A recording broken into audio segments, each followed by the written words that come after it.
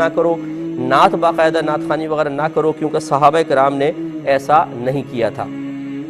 دیکھیں اللہ تبارک و تعالیٰ نے قرآن عظیم میں ارشاد فرمایا کہ هو الذی خلق لکم ما فی الارض جمیعا، اللہ تعالیٰ وہ ذات ہے جس نے زمین پر جو کچھ ہے سب کا سب تمہارے نفع کے لیے پیدا کیا ہے، لہٰذا ہم جس چیز سے بھی دنیاوی نفع اخروی نفع حاصل کرنا چاہیں اس آیت کی روشنی میں کر سکتے ہیں، ہمارے لیے طیب ہے، حلال ہے۔ اب اس سے وہی چیزیں باہر ہوں گی جن کے بارے میں قرآن و حدیث میں کوئی ممانعت آئے گی۔ مثال کے طور پہ ایک شخص شراب کی بوتل لیتا ہے اور یہی آیت پڑھتا ہے کہ اللہ تعالیٰ نے تو فرمایا ہے کہ جو کچھ زمین پہ سب تمہارے لیے حلال ہے، تو اس لیے پھر یہ بوتل شراب پینا بھی جائز ہوگا۔ ہم کہیں گے نہیں، یہ آیت اپنی جگہ ہے، لیکن اللہ تعالیٰ نے شراب کو حرام قرار دیا۔ دیکھو یہ آیت اجتنبوا کا قول ہے، لہذا شراب حرام ہے۔ کوئی کہے میں سور کھاؤں، ہم کہیں گے نہیں، اس آیت کے تحت آپ سور نہیں کھا سکتے، کیونکہ اللہ تعالیٰ نے سور کی ممانعت فرما دی ہے۔ گویا کہ جس چیز کے بارے میں قرآن و حدیث میں ممانعت آئے گی، اس آیت کے عام حکم سے وہ چیز خارج ہوتی جائے گی۔ تو معلوم یہ ہوا کہ اصل جواز کی دلیل دینا ضروری نہیں ہے، وہ تو آیت کہہ رہی ہے سب کچھ تمہارے لیے جائز ہے۔ اصل دلیل چاہیے حرمت کی، اصل دلیل چاہیے کسی چیز کو ناپاک اور نجس قرار دینے کی۔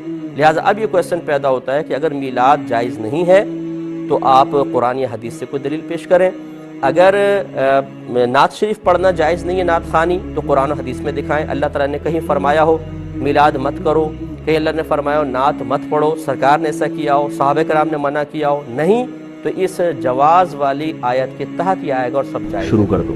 تو نبی نے ربیع الاول میں جو کیا بھائی وہ کر لو آپ، کیا خیال؟ صحابہ کے دور میں تو یہ جلوس نہیں ہوئے اور اس طرح سے نہیں روڈ بلاک کیے گئے۔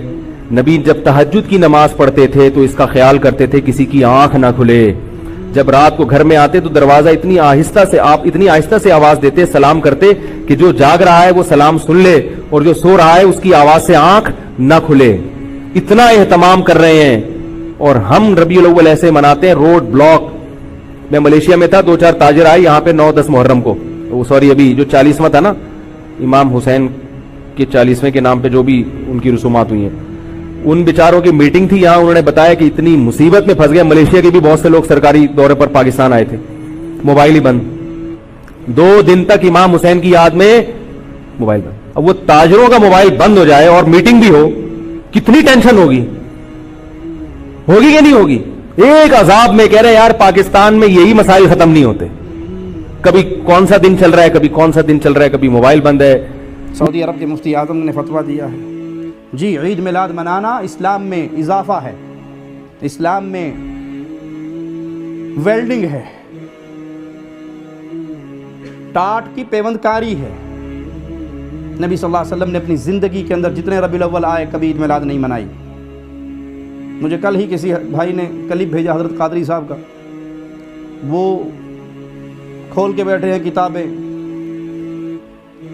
10ویں صدی میں اس نے منایا، 12ویں صدی میں اس نے منایا، 9ویں صدی میں اس نے منایا، 8ویں صدی میں اس نے منایا، بزرگوں کے حوالے دے رہے ہیں۔ ہم کہتے ہیں بھائی آپ نے یہ حوالے دے کے کیا کمال کر لیا؟ یہ تو ہم خود مان رہے ہیں کہ یہ کام شروع ہوا ہے 6 صدی ہجری کے لاسٹ میں۔ ملک مظفر نے، شاہ اربل نے اس بدعت کی بنیاد رکھی۔ اگر آپ کو دعویٰ ہے ایمان کا، عقیدے کا، تو مجھے دکھاؤ ابو بکر نے منایا، عمر، عثمان، طلحہ، سعد، سعید، زبیر رضوان اللہ علیہ مجمعین نے منایا۔ صحابہ کا دور جس کے بارے میں پیارے نبی نے فرمایا تھا بہترین دور میرا، پھر میرے بعد، پھر اس کے بعد تابعین نے منایا، تبع تابعین نے منایا، محدثین نے منایا، ائمہ دین نے منایا۔ یہ تو 6 صدی ہجری سے آپ نے اس کی بدعت کی بنیاد رکھی ہے، اور آپ اب پیش کر رہے ہو پبلک کے سامنے کتابیں کھول کے کہ دیکھو جی فلاں نے منایا۔ 6 کے بعد تو یہ بدعت کسی نہ کسی صورت میں باقی رہی، اور جو وقت گزر رہا ہے اس بدعت کے اندر خباثتیں اور میلاد النبی آپ دیکھیں گے کہ ہمارے مسلم معاشروں میں جتنے ہیں، خصوصاً انڈیا، پاکستان اور ممالک میں، کہ ایک عید میلاد النبی منایا جاتا ہے، وہ birthday of the prophet. اور اگر آپ دیکھیں گے یہ 12 ربیع اول ہے، اور جہاں تک کہ ہمیں حدیث کی روشنی میں ہمیں یہ ثابت نہیں ہوتا ہے کہ محمد صلی اللہ علیہ وسلم نے کبھی اپنا سالگرہ بنائے، یا صحابہ نے یا تائین یا تبع تائین نے کبھی ان کا سالگرہ بنائے۔